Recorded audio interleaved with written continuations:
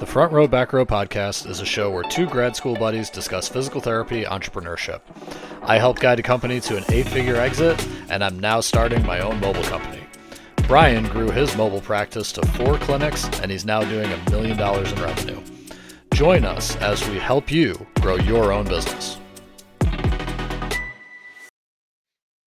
Hey, everybody, and welcome to the Front Row Back Row podcast.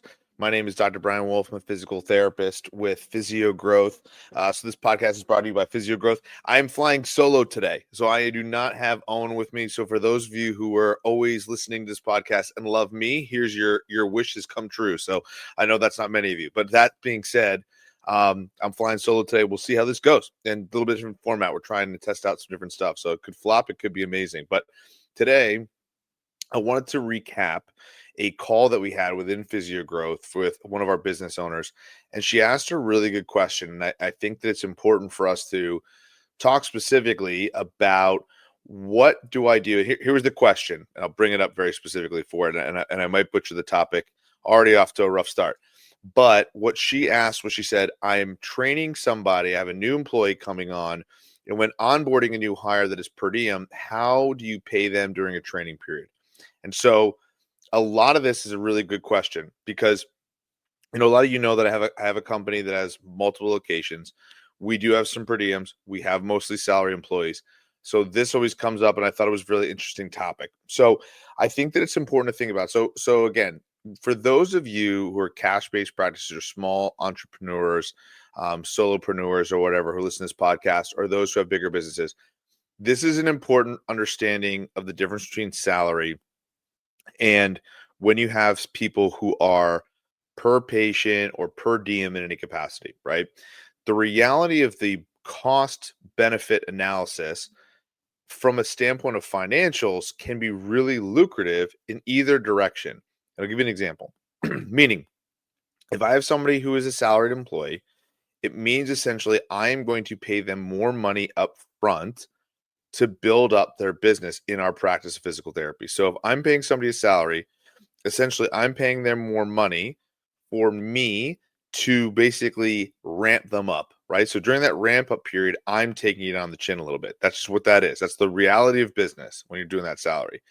However, on the flip side, if I see somebody from a standpoint of a PRN or part-time type of person, yes, I am cutting the cost of what I'm actually paying the person. However, when it comes to something like this, they are not being compensated for the time for such activities like this, like training. So it's important to understand what's a big piece of it. So I tell people all the time, like, here is the cost benefit of paying more versus less. So if you're going to hire somebody on a salary, you're paying for their time. You're paying for time away from their family. You're paying time for away from the things they love to do, right? And so those are the times that when they come and work with you, you can really train them and get them onto your systems. And it's super important to understand that concept. Now, one of the reasons why I like salaried employees is those people are all in on your mission usually. They are people who want to be involved in your company. They want to come to all the meetings. They want to understand what your goals are. They want to be part of that team. That's a great point when it comes to salaried employees, right? People always ask me, what about incentives? What about this? Yeah, incentives are great. But the problem with incentives all being monetary is you are going to be what you attract. So if you have a salary that's lower, but it has incentives, that person isn't going to want to worry about training. They're not going to want to worry about certain activities that are going to make them more money. Because ultimately what's going to happen is they're going to be like, well, I'm now working for free, or I'm working for reduced salary. So their brain, you have trained them to think only based off of, I need to make money, and if I'm not doing X, Y, or Z thing, I'm not making money. Or if you're saying, hey, I know some practices, I'm going to only do a 65K salary, and then there's going to be incentives on top of that. All right, well, if you have a staff meeting or you've got it outside the clinic time, that means this PT is now incentivized to get rid of all of that and just get busy with patients. And so if you need help with outside marketing or other things, this is something that person might not be necessarily incentivized for, right? They're incentivized to help and treat patients. Now, on the flip side, PRN or part-time, right? Or even salary. They might be a salary employee that might not be motivated to do other things, right? As well. So that's the pro cons you got to think about. So they may not be motivated to treat more patients because they're like, well, why do I have to treat more patients? Or why do I have to do more marketing? Like, I'm salaried. I get paid one way or the other. But at the same time, you have much more control over what they do at the time that you have agreed upon for them to work for you, right? When it comes to the PRN status, or when it comes to the per patient model or the per hour model, the reality is when they are not working for you, they're not making anything. So again, they're disincentivized to come to company meetings and do training and things along those lines. So if you're saying, hey, I want you to come in and train for me for this reason, you got to be realistic and understand that's not going to be free, right? You can't do it for free. And that's, when it's something where it's like, hey, it'll be part of the contract, it'll be part of this, part of that, depending on how you negotiated, you have to think about that training as exchange for money. Like, I would not expect someone to be like, hey, you're coming. And I'll give you a great example. I work with a local high school who they were one of those people who were like, hey, we're going to pay you X amount of money for this time that you're here. Cool. Got it. And we actually took a bit of a pay cut because we understood that, hey, the idea behind this is that some of these kids might come and train with us outside of there. Some of them might come for physical therapy, whatever. It was a good synergistic relationship. One of the things that we noticed was they were then trying to monopolize some of our other time, being like, well, can you train this other time? Well, can you train here? Well, can you do this thing? Can you do this random meeting with us? Can we talk about these hours? Can we do it? And the reality of what started happening was we were like, wait a minute, if you're going to ask us for a lot of other time outside of this billable time, I need to bill you for that time. And the reality was that's what we did. And guess what? That school had a choice to make, either to pay for our time or stop utilizing our time. And guess what? They just stopped utilizing our time, which was fun because now I can go and do something else. So it allowed us to do what we need to do from a business perspective and actually focus on other things and continue to build. If I'm not going to ask somebody of something that I would want to do, I have to pay them for that amount of time of training. So I think what happens to a lot of cash-based practices or small insurance-based practices is there's this scarcity mentality versus looking at this as an investment. Me training an employee and me paying for them in that time and me training them in general is me spending money much like I would on a stock for an investment. Me putting money into the stock exchange, right? I'm not expecting to 10x my money tomorrow. That would be an unrealistic expectation. Just like it'd be an unrealistic expectation to hire an employee that came into your business and then just killed it right out of the gate, never stopped doing the amazing stuff and was growing like crazy. You're going to have to train everybody. You're going to have them. You're going to need to know how to use the EMR. They're going to need to how to get around the clinic. They're going to need to know what your referral sources are. They're going to need to know what the scripts are to convert sales. Like, I would want every single one. If I'm a cash-based owner and I'm hiring my first PT, I want them to understand how to talk to patients on the phone, how to set up stuff with referral partners, how to learn marketing in some capacity with creating social marketing content, how to reach out to other new people, how to ask for referrals, how to get Google reviews, how to do all those things. So those are conversations I'm having with those people. If I don't want to pay for that time and that person doesn't want to give me their time, right? This is a scenario where, in essence, I'm kind of shooting myself in the foot long term because I don't want to pay for it short term. So that was the training we gave this person. We actually walked her through a much more customized approach on how she could do this and helped her see, like, if you do this the right way, you're actually going to save money in the long term because this person is going to make you more money down the road, because ultimately, as they're starting to build their own book of business, they are going to make you more money. That's the whole idea behind the business of physical therapy, right? So you need to make sure that you're taking care of your employees and doing it from that light and just having those conversations, right? And that's a big piece of this part. So those are some of the differences between having certain mentalities, looking at it in a way that helps and serves you, but also looking from a perspective of, all right, as I grow my business, as I grow my team, how can I put my time and dump my time into those people? And that's the advantage of having a salaried employees is, those are people that are going to be a little more loyal to the company mission just because you're always paying them money. That's what they've accepted as a contract. You're going to pay them in exchange for that money. The last thing and piece of advice that I would give people when it comes to additional training or anything along those lines, it's not so much taking people for the ride. That's a big one. Oh, I want to take people along the ride with me.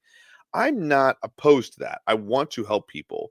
However, those people, as your business starts to grow, you can't take every single human that you ever are around for the ride. It's just impossible, right?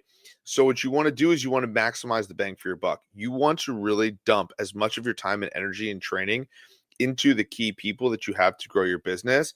And the other people that come in, you have to explain to them, hey, you want to be a key person in this business, you got to grow with me. You got to show me what you have. You got to do that stuff, work with me.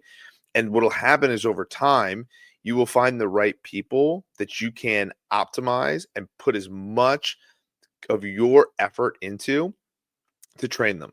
And so I think when it comes to the training on the side of maximizing your bang for your buck, the aspect of you are going to pay for training and you are going to pay the person to train them, you need to actually understand to a point where you're optimizing your time and saying, we're going to work on sales today. Today, what we're going to do is I'm going to work on how you sell people on the phone, how you convert them. So when they call, this is what you're going to do. Let me make sure you understand this through and through. Here's the script.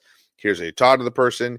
Here's how you make sure you chat with them from a perspective of like how you have every single breakdown that you would do it just like I would do it. And so, and then I would say, okay, and then repeat back to me.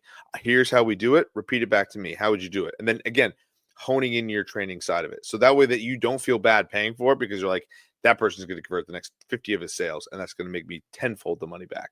That's the idea behind it.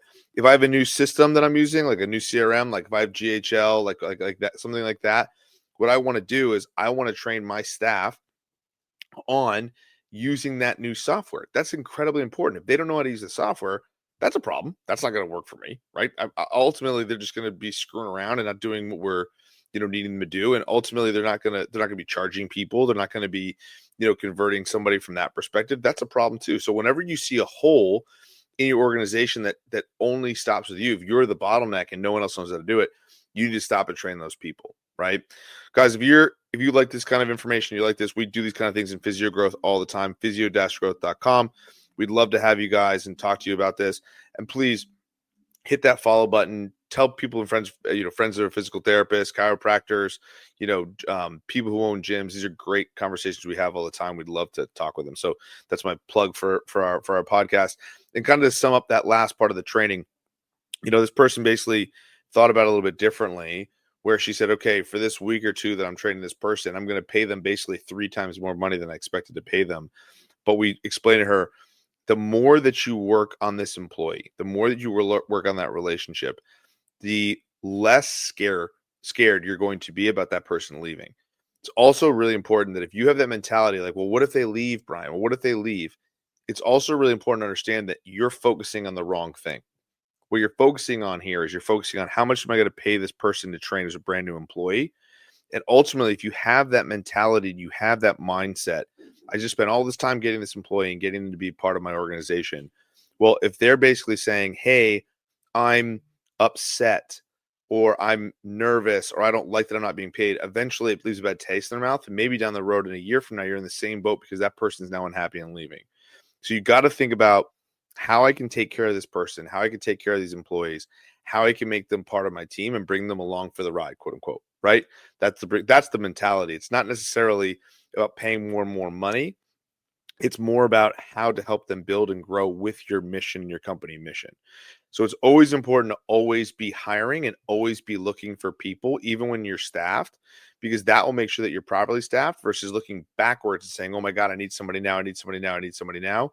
You find a physical therapist that maybe doesn't fit your mission as perfectly. And so it's always great to have more talent in the hopper than maybe you necessarily need. And so that's the last parting wisdom I would say here is think about how you can take care of your current staff as best as possible so that you are really moving your mission in the best possible direction and your staff is all with you. But also make sure that you're also looking for new talent all the time. So in case those people decide to move on, you don't have to be worried about the, oh my God, the scarcity mentality. How am I going to pay this person? What's the next step? Because the more you grow, the more consistently you won't be worried about putting people on salaries. You'll be worried about doing, oh, I don't want to pay for this hour of time or this hour of time. You'll be able to actually compensate people for the work that they're doing for you. and make them feel incredible about it because they're helping you with that mission. So that's kind of my parting wisdom there, is not just maximizing so again, not just how to compensate people for training and worrying about cost and maximize the bang for your buck and having that scarcity mentality, but also always be looking and hiring for people so you don't just even slip into this possibility. Because when I think this mentality, quite frankly, is systemic with people who feel that they're understaffed. So that's my parting wisdom. Thank you guys. Appreciate it. Please leave a comment below, and again, tell your friends and family and hit some follow buttons on that podcast. Thanks, guys. See ya.